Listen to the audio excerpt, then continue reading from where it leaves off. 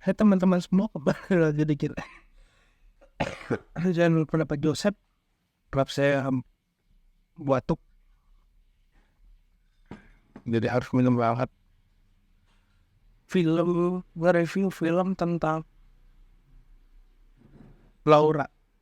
Film yang diangkat dari kejadian nyata tentang sosok yang menginspirasi, cukup booming. Bahkan kalau dilihat dari sekarang sebelum film ini diadaptasi, dilempar media, pun masih ada cerita di baliknya. Nah, untuk mempersingkat waktu, saya akan ngomongin kekurangan film ini adalah yang saya sepakat dengan beberapa eh, reviewer kemarin tentang film ini. Film ini kurang mengangkat sisi cerita bagaimana gagal Jojo, sosok perubahan dari sosok yang dari gagal ke Jojonya ini, sosok ini sosok fiksi, kita bilang fiksi, itu tidak dijelaskan bagaimana proses mereka dari kenalan deket sampai memiliki hubungan asmara. Tidak dijelaskan. Prosesnya lebih cepat aja, mereka kenalan, deket, dan akhirnya berpacaran.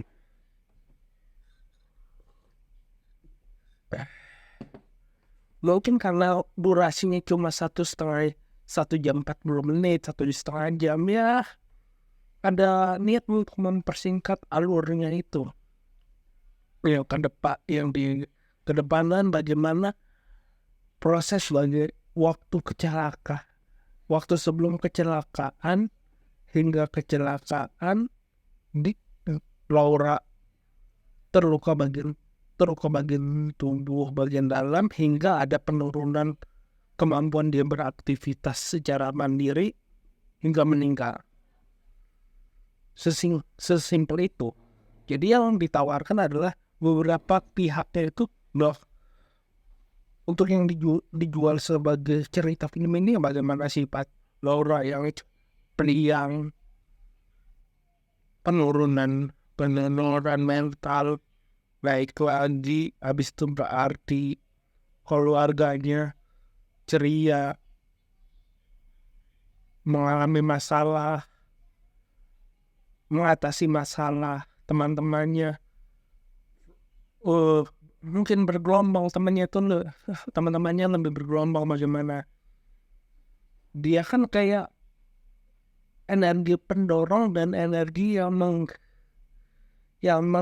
memberikan warna lebih jelas lagi dalam film ini, di mana teman-temannya sebagai penilai dari luar ya terkesan memberi feedback positif, memberikan feedback positif ini bahkan bukan cuma ke Laurenya sendiri, ke teman-temannya, membuat film itu lebih tambah hangat.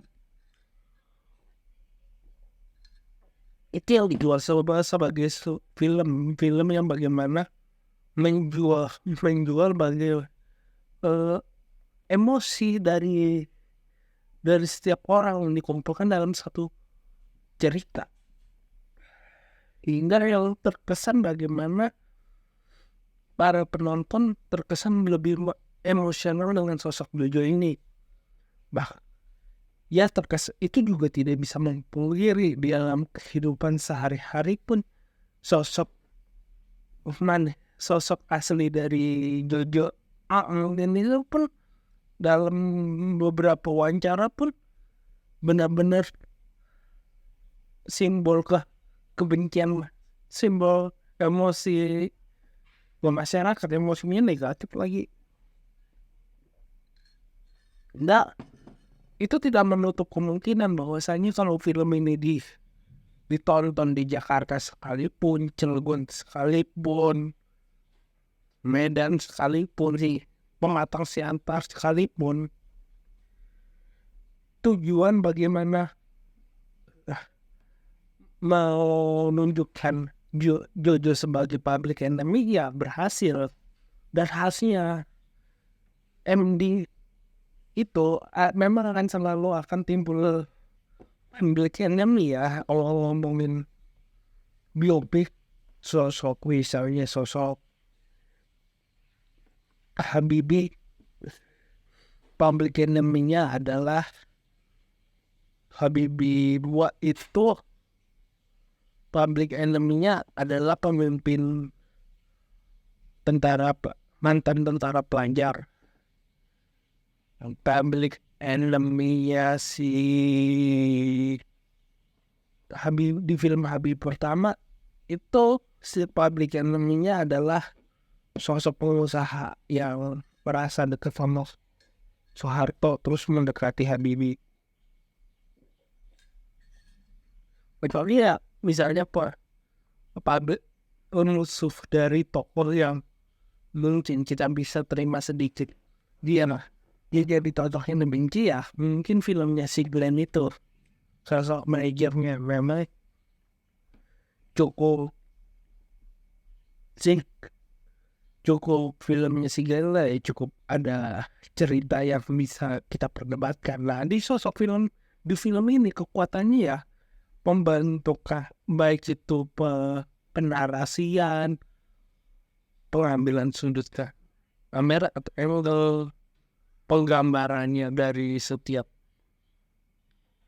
pemain, baik itu Amanda Rewell yang menurut yang memberikan energi porsi tersendiri, dan benar-benar bukan dari wajahnya saja dia bisa menghidupkan sosok Laura itu tinggal di film itu sangat kuat sekali, didukung dengan teman bisa dibilang kapalnya atau saudara dekatnya si ada Kaisa Kulpet yang makin membuat sebuah kesatuan yang kuat antara Laura dan saudaranya. Menurutku yang benar-benar memancing emosi sosok si Uyuni Priscilla sama Oni, istrinya Rido Slang, sosok ibu ya dia bisa dibilang favorit ibunya si Laura. Ibu yang dibenci sosoknya ibunya Jojo.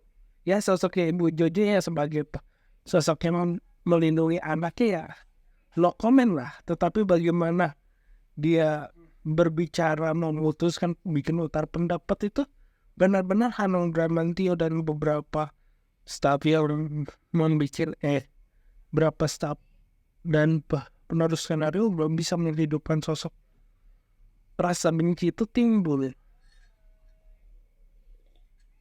Film ini bisa dikatakan film yang setelah Ipar Adalah Maut ada film yang mungkin akan memicu emosi paling kuat dan akan timbul di dalam benak tuh. Kesannya timbul ya. Ya